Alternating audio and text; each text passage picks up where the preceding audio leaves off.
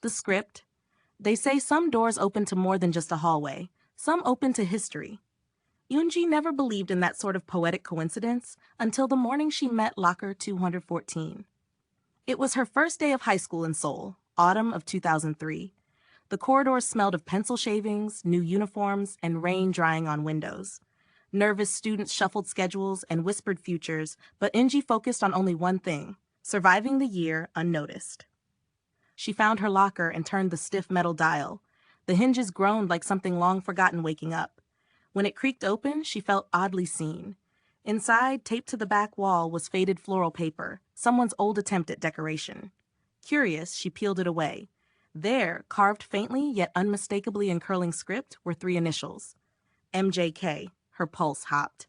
Those were her mother's initials, Min Jung Kim. It had to be a coincidence.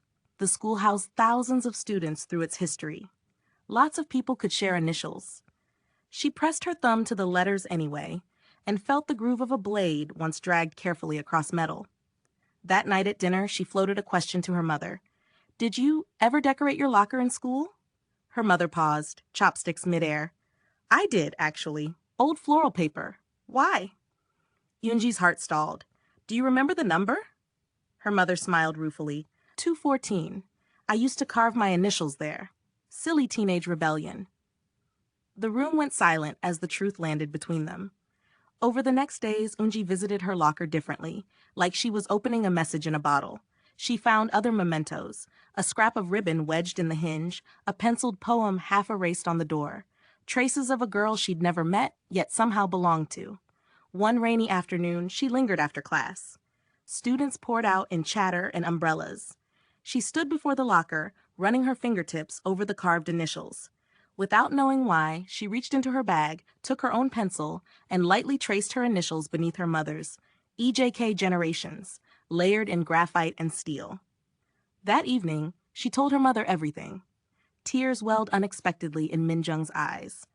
"I used to feel so small back then," she whispered. "I thought no one would ever remember me."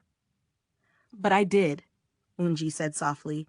"The locker had waited decades to deliver a message. You mattered once, and you still do. And maybe someday another daughter would open that door and find their names linked like quiet strands of destiny." If you enjoyed this story, please like, share, and subscribe to help the channel grow.